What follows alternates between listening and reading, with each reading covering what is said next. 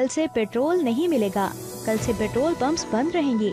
Pakistan petroleum dealers association ने margin में इजाफा न किए जाने पर 25 नवंबर से मुल्क गिर हड़ताल का ऐलान करते हुए कहा है कि हड़ताल के दौरान सिर्फ एम्बुलेंस को पेट्रोल फराहम किया जाएगा। पेट्रोलियम डीलर्स एसोसिएशन का कहना है कि 25 नवंबर सुबह 6 बजे से मुल्क में पेट्रोल पंप्स बंद रहेंगे। गिलगित बल्तिस्तान और आज़ाद कश्मीर में भी पेट्रोल पंप्स बंद रहेंगे। एसोसिएशन के तर्जुमान ने कहा है कि कम मुनाफे के मार्जिन पर पेट्रोल फरोख्त करने पर हड़ताल की कॉल दी गई है, क्योंकि हमारे पास हड़ताल के अलावा कोई रास्ता नहीं। हुकूमत हमारे मुतालबात की 17 नवंबर की डेडलाइन को पूरा करने में नाकाम रही है।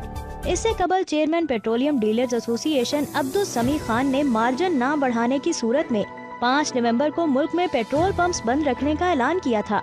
अब्दुल समी खान के मुताबिक हुकूमत ने डीलर्स के कमीशन में इजाफे की यकीन दहानी कराई थी, लेकिन इस पर अमल नहीं हुआ।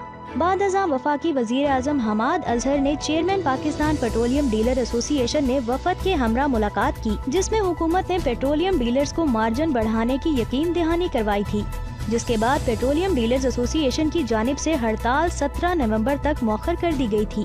दूसरी जानिब जुमेरात से मुल्क भर में पेट्रोल पंप्स मालिकान की हड़ताल के बायस खुले आम पेट्रोल फरोख्त करने वाले डीलर्स ने पेट्रोल जखीरा करना शुरू कर दिया है, जबकि लोग भी बड़ी तादाद में पंप्स पर पेट्रोल डलवाते नजर आ रहे हैं। पेट्रोल पंप्स मालिकान ने अपनी कमीशन बढ़ाने के लिए हुकूमत से मुज़ाकरात किए थे।